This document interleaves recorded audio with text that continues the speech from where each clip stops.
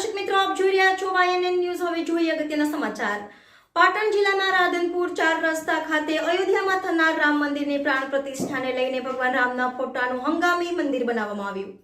લોકો ઉત્સવનો અને દર્શનનો લાભ લઈ શકે તેના માટે પાટણ જિલ્લાના રાધનપુર ખાતે આવેલ 4 રસ્તા પાસે અયોધ્યામાં ભવ્ય રામ મંદિરની પ્રતિષ્ઠાને લઈને 22/1/2024ના દિવસે મંદિરના ઉત્સવના ભાગરૂપે ભગવાન રામના ફોટાનું હંગામી મંદિર બનાવવામાં આવ્યું. લોકો દર્શનનો લાભ લઈ શકે તેના માટે પાટણ જિલ્લાના રાધનપુર 4 રસ્તા પાસે અયોધ્યામાં ભગવાન શ્રી રામચંદ્રજીના 500 વર્ષ બાદ ભગવાન પ્રભુ શ્રી રામ પોતાના ઘરે પધારી રહ્યા છે. ત્યારે રાધનપુરના હિન્દુ સમાજ અનેક સંસ્થાઓ દ્વારા રાધનપુરને અયોધ્યામય બનાવ્યું છે.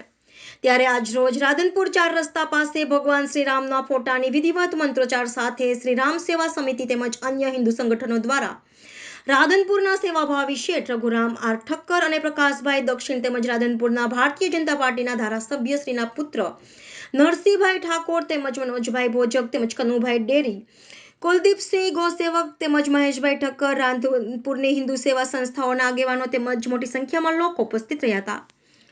રાધનપુર હાઈવે 4 રસ્તા ઉપર અયોધ્યા ખાતે ઐતિહાસિક પ્રાણ પ્રતિષ્ઠાને લઈને સમગ્ર રાધનપુર વિસ્તારની હિન્દુ સમાજની અંદરનો ઉત્સાહનો માહોલ છે. તેવા પ્રસંગે રાધનપુર ખાતે ઘરે બેઠા અયોધ્યાના દર્શન કરી શકે 22 તારીખે તેના માટે ભવ્ય આયોજનના ભાગરૂપે રાધનપુરની તમામ હિન્દુ સમાજની સંસ્થાઓ દ્વારા ભવ્ય હંગામી ધોરણે રામ મંદિરનું રાધનપુરના જાણીતા બિલ્ડર અને રઘુવંશી લોહાણા સમાજના પ્રમુખ લોકસેવક રઘુરામભાઈ રણછોડભાઈ ઠક્કરના હસ્તે દીપ પ્રાગટ્ય કરી ખુલ્લું મુકાયું હતું. મોટી સંખ્યામાં રાધનપુર નગરજનો અને આજુબાજુના ગામના લોકો ઉપસ્થિત રહ્યા હતા. જય શ્રી રામના નારા બોલી ભક્તિમય વાતાવરણ બનાવ્યું હતું. YNN news, Patan.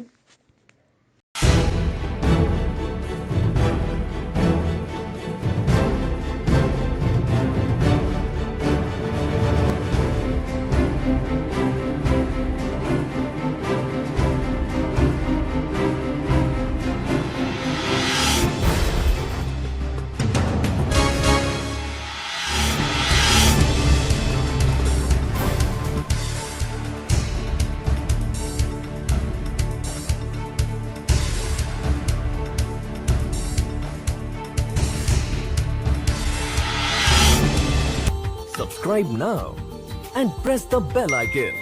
Never miss an update.